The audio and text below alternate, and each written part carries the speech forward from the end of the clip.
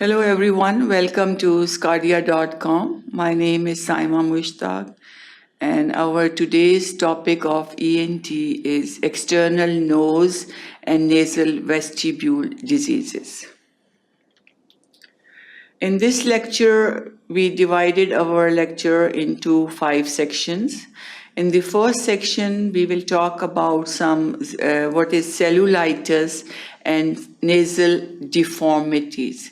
And in this section, we will talk about cellulitis, saddle and hump nose, and also about crooked and deviated nose.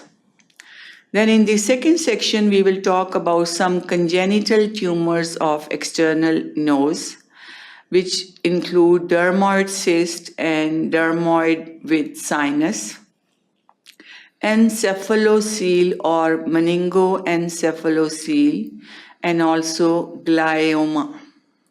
Then in the third section, we will talk about benign tumors of external nose, which will be benign tumors, how they present, and then we will talk about rhinophyma.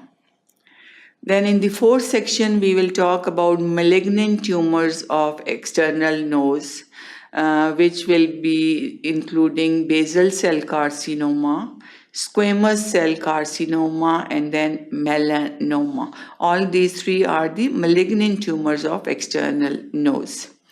Then finally, in the fifth section, we will talk about the diseases of nasal vestibule, which include furuncle or boil and vestibulitis, stenosis and atresia of nares, and then the tumors of nasal vestibule. So all this will be covered in our today's topic, diseases of external nose and nasal vestibule. To learn more about this topic, keep watching sqadia.com.